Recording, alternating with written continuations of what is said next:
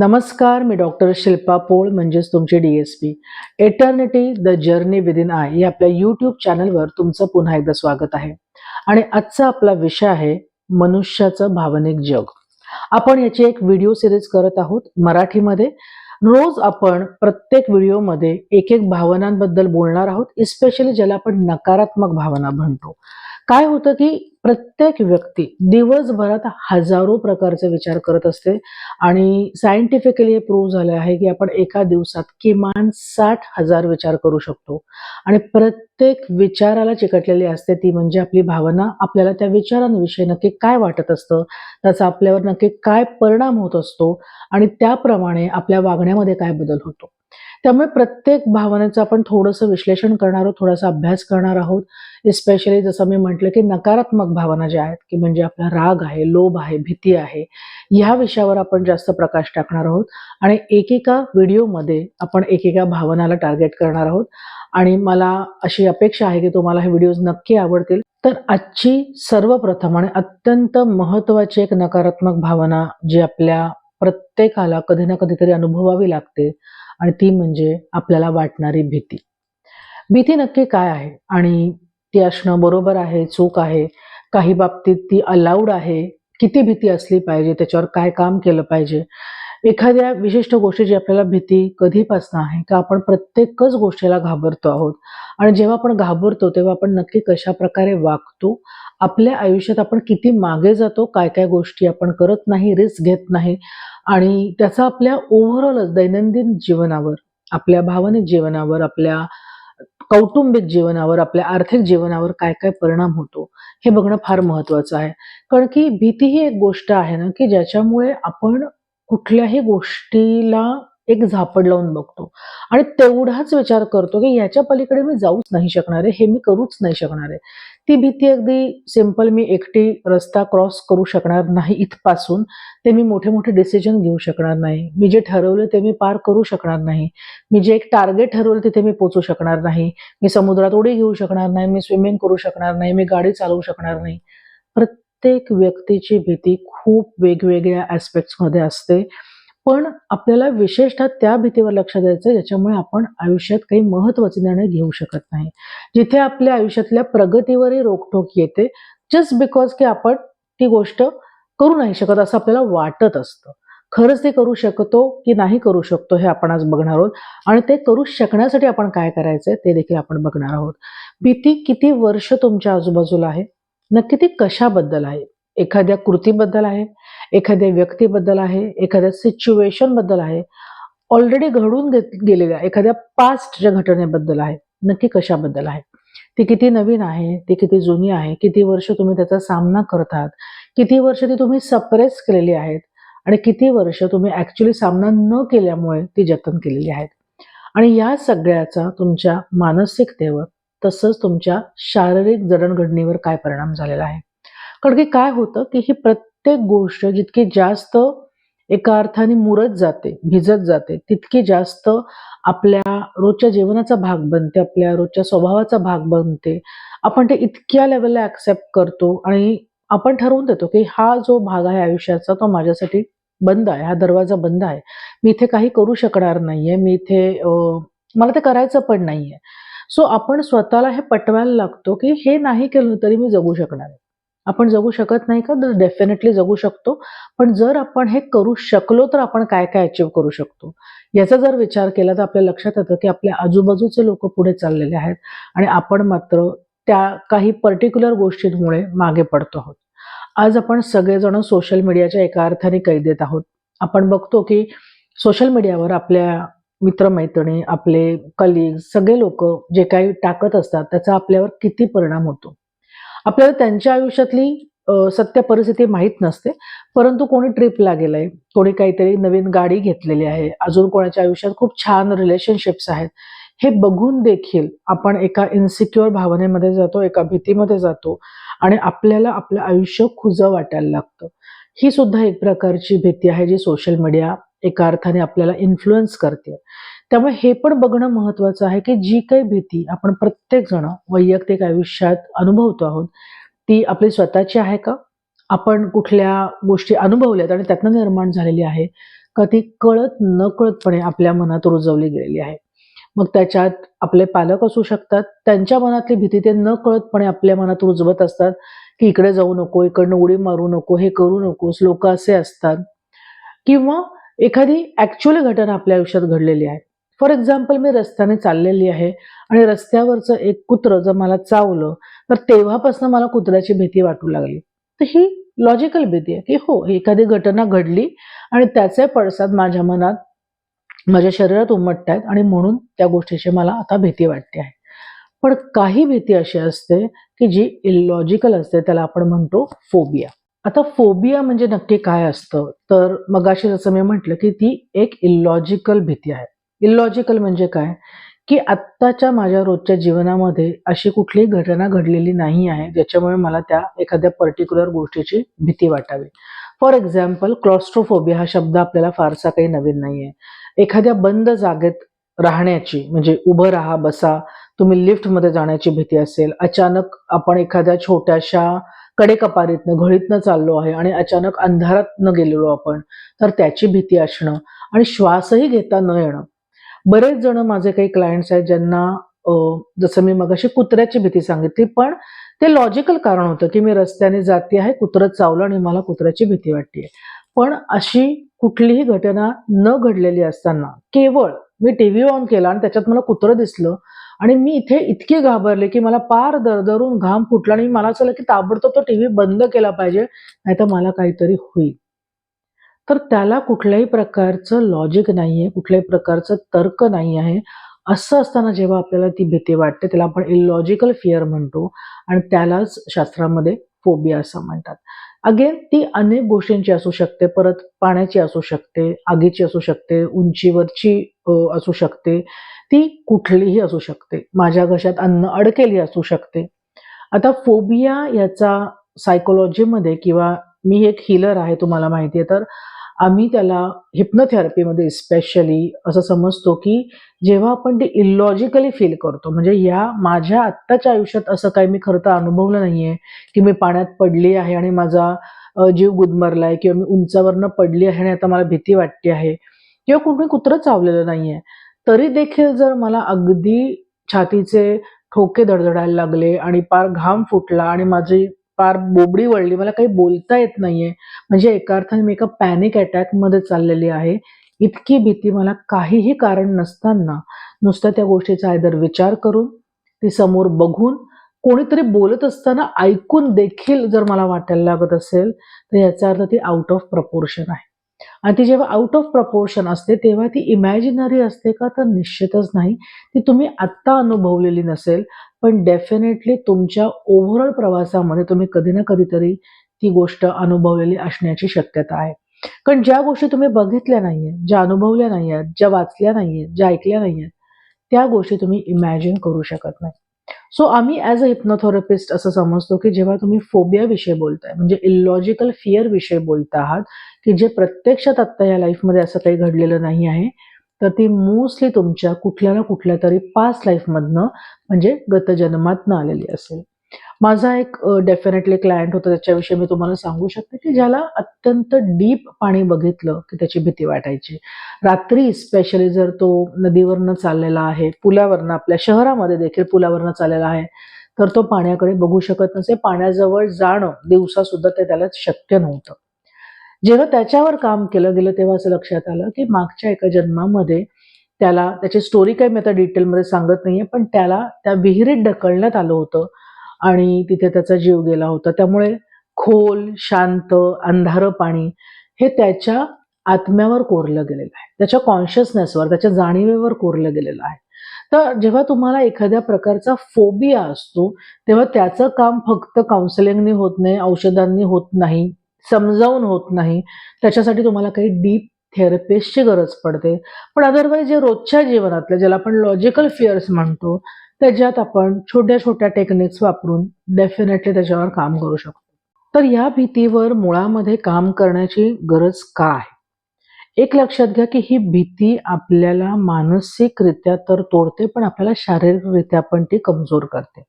काय होतं, की जेव्हा आपण सतत एखाद्या विचारांमध्ये आहोत, भीतीच्या विचारांमध्ये आहोत. फॉर एक्झाम्पल की आम्ही सगळे पिकनिकला चाललोय, सगळे समुद्रावर चाललोत आणि मला प्रचंड पाण्याची भीती वाटते आहे आणि मी आता समुद्रावर जाणार आहे या विचारांनीच डिस्टर्ब झालेली आहे ऑलरेडी. तर ना ती मी ट्रिप एन्जॉय करू शकणार आहे, ना सगळ्यांबरोबर जाणं एन्जॉय करू शकणार आहे. कदाचित मी चिडचिड करायला सुरुवात करेन, रडायला सुरुवात करेन आणि फक्त माझाच नाही तर माझ्या कुटुंबाचा देखील मूड मी घालवू शकते किंवा मी म्हणेन की मी हॉटेलमध्ये राहते, तुम्ही सगळे जा आणि मी त्याचा आनंदच घेऊ नाही शकणार. समजा जर एखाद्या महत्त्वाच्या निर्णयासाठी मला जर डिस्टर्बन्स येत असेल, भीतीमुळे केवळ माझ्या कुठल्यातरी, की मला एखादं प्रेझेंटेशन करता येत नाहीये, तर मी अनेक चांगल्या संधी गमावू शकते, ज्या माझ्या करिअरच्या, माझ्या वैयक्तिक जीवनाच्यासाठी अत्यंत महत्त्वाच्या आहेत. नातेसंबंधांमध्ये पण ह्याच्यामुळे ताण येऊ शकतो, कारण की दोघांपैकी कदाचित एक पार्टनरला सगळं काही अनुभवायचंय आणि दुसरा पार्टनर प्रत्येक अनुभवाला घाबरत असेल. तिसरी महत्त्वाची गोष्ट म्हणजे आपण जेव्हा सतत भीतीचा विचार करतो, तेव्हा आपल्या मनात, आपल्या शरीरात अनेक रासायनिक प्रक्रिया होत असतात. आता मी अगेन त्याच्या शास्त्रीय विश्लेषणामध्ये जाणार नाही आहे. परंतु अनेक रासायनिक प्रक्रिया होतात. आपली नर्व्हस सिस्टम डिस्टर्ब होते. त्यातनं काही हॉर्मोन्स रिलीज होतात आणि ते एका अर्थाने एका ट्रिगरचं काम करतात. म्हणजे आपण समोर ती गोष्ट नसेल तरी आपण इमॅजिन करतो आणि मग त्याच्या विचारांनी आपण परत-परत भीत राहतो. पण तो एक ना बागुलबुवा आहे. म्हणजे तुम्हाला जर लक्षात येत असेल तर आपण रात्री जेव्हा आपल्या घरामध्ये लाईट बंद करतो आणि एखादा छोटासा मूनलाईट ठेवलेला असतो, तेव्हा आपल्या ज्या रूममध्ये गोष्टी आहेत, त्या गोष्टींचा आकार आणि त्याच्या सावलीचा आकार किती असतो? तर आपली भीती ना बरेचदा त्याच प्रकारची असते, की ॲक्चुअल ज्या गोष्टीची आपल्याला भीती वाटत असते, त्याचं सत्य स्वरूप कदाचित एवढंसच असतं. पण आपण विचार करून त्याचा आकार जो असतो तो महाकाय करतो आणि त्याच्यामुळे जी भीती आपल्याला खरं तर एवढीच वाटायला हवी, ती आपल्याला एवढी वाटत असते. त्यामुळे हे जे अचिव्हेबल आहे, त्याच्याकडे लक्ष न जाता हे एवढं वाटल्याने आपण ही कधी अचीव्हच नाही करू शकणार, याच्या पलीकडे जाऊच नाही शकणार, ह्याच्यावर कामच नाही करू शकणार, ही भावना स्पष्ट व्हायला लागते. ती भावना रुजत जाते आणि आपण शेवटी हे एक्सेप्ट करतो, की नाही या गोष्टी मी कधीच करू शकणार नाहीये. पण सतत याचा विचार केल्याने प्रत्येक वेळेला तशा प्रकारची सिच्युएशन समोर आली, तर आपण प्रत्येक वेळा घाबरणार, प्रत्येक वेळेला आपण पळवाटा शोधणार. याने ना मेंदू थकायला लागतो. कारण की तो अननेसेसरी एक्स्ट्रा काम करतोय, तोही कमजोर व्हायला लागतो. आपला आत्मविश्वास तर आपण गमावतोच, पण आपण ना प्रत्येक गोष्ट टाळायला सुरुवात करतो. त्याच्यामुळे आयुष्यातले अनेक आनंद आपण घेत नाही. सर्वात महत्त्वाचं म्हणजे महत्त्वाचं डिसिजन घेत नाहीत. त्यामुळे आपली शारीरिक, मानसिक, आर्थिक अनेक ठिकाणी प्रगती खुंटू शकते. त्याच्यामुळे या सगळ्याचा परिणाम आपल्या मानसिकतेवर तर होतो. शरीरावर कसा होतो? जसं मी म्हटलं, की रासायनिक प्रक्रिया चालू होतात, हार्मोन्स काही असे रिलीज होतात, जे आपल्याला अस्वस्थ करणारे सिम्प्टम्स किंवा लक्षणं निर्माण करतात. आपल्याला घाम फुटू शकतो, आपलं डोकं दुखू शकतं, आपल्याला रडायला येऊ शकतं. भीतीचं जास्तीत जास्त आपण एक्सप्रेस न केल्यामुळे किंवा सतत तेच एक्सप्रेस केल्यामुळे त्याचं चिडचिडीमध्ये रूपांतर होऊ शकतं. आपली डिसिजन मेकिंगची जी कॅपॅसिटी आहे ती कमजोर होऊ शकते आणि या सगळ्याचा परिणाम म्हणून आपण अजून लाईफमध्ये मागे जाऊ शकतो. त्यामुळे मानसिक, शारीरिक, आर्थिक, नातेसंबंध आपल्या आयुष्यातल्या प्रत्येक घटकांवर या भीतीचा पगडा येतो आणि आपली अगेन प्रगती पूर्णपणे खुंटू शकते आणि म्हणून याच्यावर काम करणं प्रचंड गरजेचं आहे. आता या भीतीवर आपल्याला काम करायचंय म्हणजे नक्की काय करायचंय? जे लोकं मला व्यवस्थित ओळखतात, जे माझे स्टुडंट्स आहेत आणि माझे क्लायंट्स आहेत, त्यांच्याकडनं मी हे काम नक्की करवून घेते. ते म्हणजे जर्नलिंग. काय होतं जेव्हा आपण फक्त मनाने विचार करायला जातो, मनाने सोल्युशन्स काढायला जातो, तेव्हा विचार करता आपण विचारांमध्ये भरकटत जातो आणि मूळ जो विषय आहे आपल्या कामाचा, विचारांचा, तो दूर राहतो आणि आपण कुठल्यातरी काहीही कारण नसताना वेगवेगळ्या विचारांमध्ये गायब होतो आणि आपल्या वेळेचा अपव्यय होतो. सो बेस्ट वे आहे ओल्ड स्कूल मेथडने जायचं, लिहून काढायच्या गोष्टी. आपल्याला काय करायचं की आपल्या प्रत्येकाला जी काही भीती वाटते ती आपल्याला लिहून काढायची. त्याची एक लिस्ट बनवायची आहे. कोणाची एखादीच भीती असेल, कोणाच्या 10 असेल, कोणाच्या 100 असतील. त्याला आपल्याला जज करायचं नाहीये. आपल्याला एक भीती लिहून काढायची आहे आणि त्याच्यापुढे त्याच्या तीव्रतेचा आकडा लिहायचा आहे. तो कसा लिहायचा? तर आपण एक स्केल इमॅजिन करायची. From 0 to 10. 0 म्हणजे सर्वात कमी तीव्रता असलेली भीती आणि 10 म्हणजे सर्वात जास्त तीव्रता असलेली भीती. तर समजा आता मला पाण्याची भीती वाटते. नक्की किती वाटते? 0 ते 10 मध्ये मला किती आकडा द्यावासा वाटेल त्या तीव्रतेला? समजा 5. ओके, नंतर मला उंचीची भीती वाटते 7. नंतर मला अजून कशाची तरी भीती वाटते 2. त्याची विशेष नाहीये पण आहे. सो त्याची तीव्रता 1 असली तरी आपल्याला ती लिस्टमध्ये लिहायचं आहे आणि 10 असली तरी ते लिस्टमध्ये लिहायचं आहे. ते केल्यानंतर आपल्याला त्याला रँकिंग करायचं आहे. रँकिंग कसं करायचं आहे, की ज्याची तीव्रता सर्वात जास्त आहे त्याला 1 आकडा जाईल. ज्याची त्याच्यानंतर जास्त आहे त्याला 2 आकडा जाईल. सो त्याला रँकिंग करायचं आहे त्याच्या तीव्रतेप्रमाणे आणि ज्या पहिल्या 3 भीती आहेत त्याच्यावर सर्वात पहिल्यांदा काम करायला सुरुवात करायची. काम कसं करायचं तर त्याचंही आपल्याला थोडीशी फोड करायची, की समजा मला पाण्याची भीती वाटते. तर पाण्याची भीती मला लहानपणापासून आहे का? किती वर्ष आहे? कुठल्या घटनेमुळे झाली आहे का? किंवा मगाशी मी माझ्या क्लायंटचा किस्सा सांगितला तसं इलॉजिकल फिअर आहे का? ते मुळात फिअर आहे का फोबिया आहे? फिअर म्हणजे लॉजिकल भीती. काहीतरी घटना घडली, मी अनुभवली त्याच्यामुळे मला त्या गोष्टीची भीती वाटायला लागली. त्याला लॉजिकल आहे कारण काहीतरी. त्याला आपण फिअर म्हणू शकतो. आणि जे लॉजिकल आहे, जी प्रत्यक्ष घटना न घडता नुसत्या विचारांनी देखील माझा थरकाप उडत असेल, तर ती इलॉजिकल फिअर आहे, ज्याला म्हणतात फोबिया. तुम्ही ती पण कॅटेगरी त्या फिअर पुढे लिहू शकता, की हे मला फिअर नाही, हा फोबिया आहे. फोबियाची तीव्रता कायमच 5च्या पेक्षा किंवा रादर 7च्या पेक्षा जास्त असणार आहे, तेव्हाच तो फोबिया असणार आहे. ओके. त्याने मला काय काय त्रास होतात हे पण तुम्ही त्याच्यासमोर लिहू शकता, की मला नक्की काय काय सिम्पटम्स तिथे असतात. मानसिक आहेत, शारीरिक आहेत. अजून एक कॉलममध्ये तुम्ही लिहू शकता, की त्याच्यामुळे मी नक्की काय काय गोष्टी करत नाही, ठरवत नाही, कुठले डिसिजन घेत नाही त्या पर्टिक्युलर भीतीमुळे. थोडक्यामध्ये एका भीतीला तुम्हाला सगळं फोड करून तिथे उलगडून लिहायचं आहे, की एक पर्टिक्युलर भीती, त्याची तीव्रता किती आहे, ती कधीपासनं आहे, कुठली घटना घडली तेव्हापासनं आहे का? का ती इलॉजिकल आहे, त्यामुळे तो फोबिया असू शकतो आणि त्याचा माझ्या मनावर, शरीरावर, माझ्या वागण्यावर, माझ्या डिसिजन मेकिंगवर काय-काय परिणाम होतो. एका दिवसाचं हे काम आहे का? तर नाही. काही भीती आपल्याला आठवत नाहीत आणि मग काही दिवसांनी आठवतात, की अरे आपल्याला हे पण याची पण भीती वाटते, आपल्याला त्याची पण भीती वाटते. सो या होमवर्कला घाई करायची नाही. या जर्नलिंगला काही घाई करायची नाहीये. वाटल्यास प्रत्येक एका भीतीनंतर एक-एक पान सोडत जा. याच्यामुळे तुम्हाला तिथे नंतर आठवलेलं विश्लेषण लिहायला देखील जागा मिळू शकते. पण एका अर्थाने आपण फिअर जर्नलिंग करतोय. का करतोय? तर सर्वात पहिल्यांदा आपल्याला एखाद्या गोष्टीचं नॉलेज असणं, ओके, एखाद्या गोष्टीचा अवेअरनेस असणं, हे आपल्या हीलिंगसाठी किंवा क्युअरसाठी पहिलं पाऊल मानलं जातं, की awareness is a start of a cure, की हो मला ह्या गोष्टीची भीती वाटते. आपल्याला हे जर्नलिंग स्वतःसाठी करायचंय, त्याच्यामुळे कुठलीही भीती नाकारायची गरज नाहीये. म्हणजे काय? बऱ्याच बायकांना पालीची भीती वाटते आपल्याला माहितीये, झुरळाची भीती वाटते आपल्याला माहितीये. परंतु ते ती भीती न सांगता बरेचदा काय म्हणतात, "नाही मला भीती नाही वाटत, मला किळस वाटते." कारण की आपल्याला ती भीती वाटते हे एक्सेप्ट करायचं नसतं. पण इथे आपल्याला कोणालाही काही प्रूव्ह करायचं नाहीये, कोणाला काही दाखवायला जायचं नाहीये. त्यामुळे आपल्या जर्नलिंगमध्ये आपली अपासून ते न जेवढ्या काही भीती आहेत त्या लिहायच्या आहेत. त्याचं विश्लेषण लिहायचं, त्याची तीव्रता लिहायची आहे आणि सर्वात शेवटी रँकिंग करायचंय, की सर्वात जास्त तीव्रतेची भीती कुठली आहे, मग सेकंड कुठली आहे, थर्ड कुठली आहे.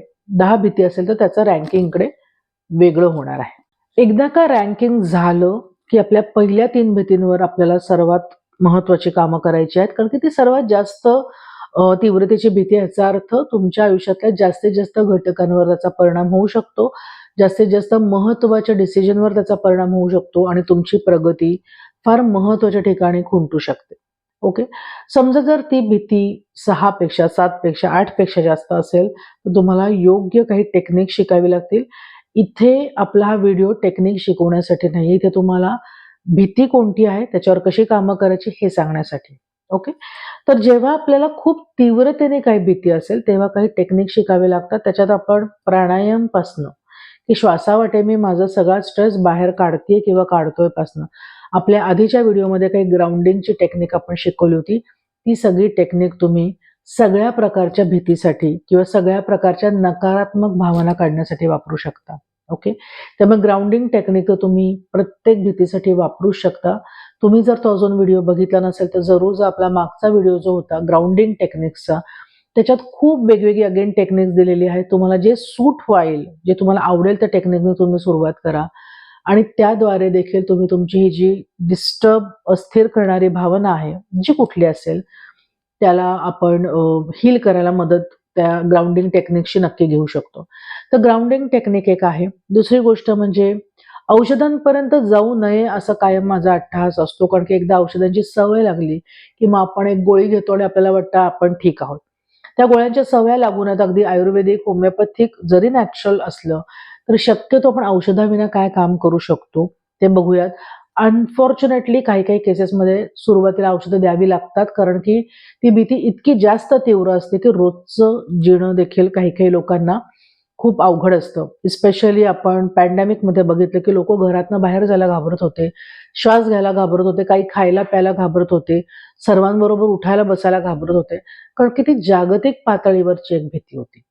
त्याच्यावर आम्हाला खूप जास्त काम करावं लागलं. मग त्यावेळेला काही ठिकाणी आम्हाला नॅचरल औषधं द्यावी लागली. ऑफकोर्स आम्ही सायकियाट्रिक औषधं देत नाही, पण काही पुष्पौषधी देणं किंवा होमिओपॅथिक औषधं देणं हे करावं लागलं.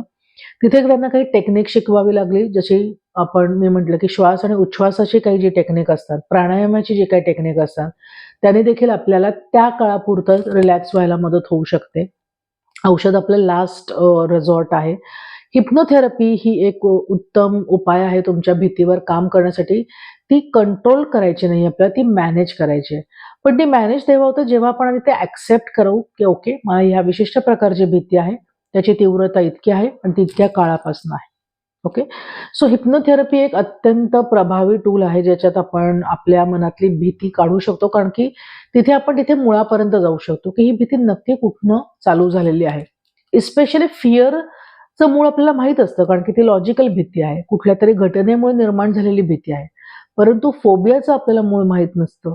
त्यामुळे हिप्नोथेरपी ह्या टूलनी आपल्याला तिथपर्यंत जाता येतं, की नक्की कुठल्या जन्मामध्ये काही घडलं होतं का? जेव्हापासून मला ह्या पर्टिक्युलर गोष्टीची भीती वाटते. त्यामुळे हिप्नोथेरपी म्हणजे संमोहन उपचार हे त्याच्यावरचं एक अत्यंत प्रभावी टूल आहे. तिसरं प्रभावी टूल जे आहे, जे तुम्ही आजकाल बऱ्याच ठिकाणी बघितलं असेल, त्याला आपण म्हणतो टॅपिंग टेक्निक किंवा इमोशनल फ्रीडम टेक्निक. हे टेक्निक आत्ता मी इथे शिकवणार नाहीये, त्याच्यासाठी आपण एक वेगळा व्हिडिओ करणार आहोतच. पण टॅपिंग टेक्निकने आपण काय करतो, की मन आणि शरीर हे एकाच नाण्याच्या 2 बाजू आहेत. त्यामुळे आपण शरीराचा वापर करून मनावर काम करतो. आपल्या शरीरावर काही विशिष्ट पॉइंट्स असतात, ते जेव्हा आपण टॅप करतो, तेव्हा आपण ते ट्रिगर करतो. तेव्हा आपली ही जी काही सगळी विद्युत प्रणाली आहे, ती फिरायला सुरुवात होते, ॲक्टिव्हेट होते आणि ते टॅप करता-करता ज्या काही आपण पॉझिटिव्ह गोष्टी बोलतो, ज्याला आपण अफर्मेशन्स म्हणतो, सकारात्मक वाक्य म्हणतो, ती सगळी फिअर रिलीज करण्यासाठीची असतात. किंवा ज्या-ज्याही भावनांवर आपल्याला काम करायचंय, ज्या-ज्याही आपल्याला अडचणींवर काम करायचं आहे, ती रिलीज करणारी असतात. ते करता-करता आपण एका विशिष्ट प्रकारे श्वासाची पण गती ठेवू शकतो आणि हे करताना देखील फिअर रिलीज होऊ शकते. जी आपण ग्राउंडिंग टेक्निक्स बघितली त्याच्यात वॉटर टेक्निक आहे, फायर टेक्निक आहेत, अर्थ टेक्निक्स आहेत. त्याचा पण खूप चांगला उपयोग होऊ शकतो. फार रेअर कंडिशनमध्ये सुरुवातीला म्हटलं तसं औषधं घ्यावी लागतात.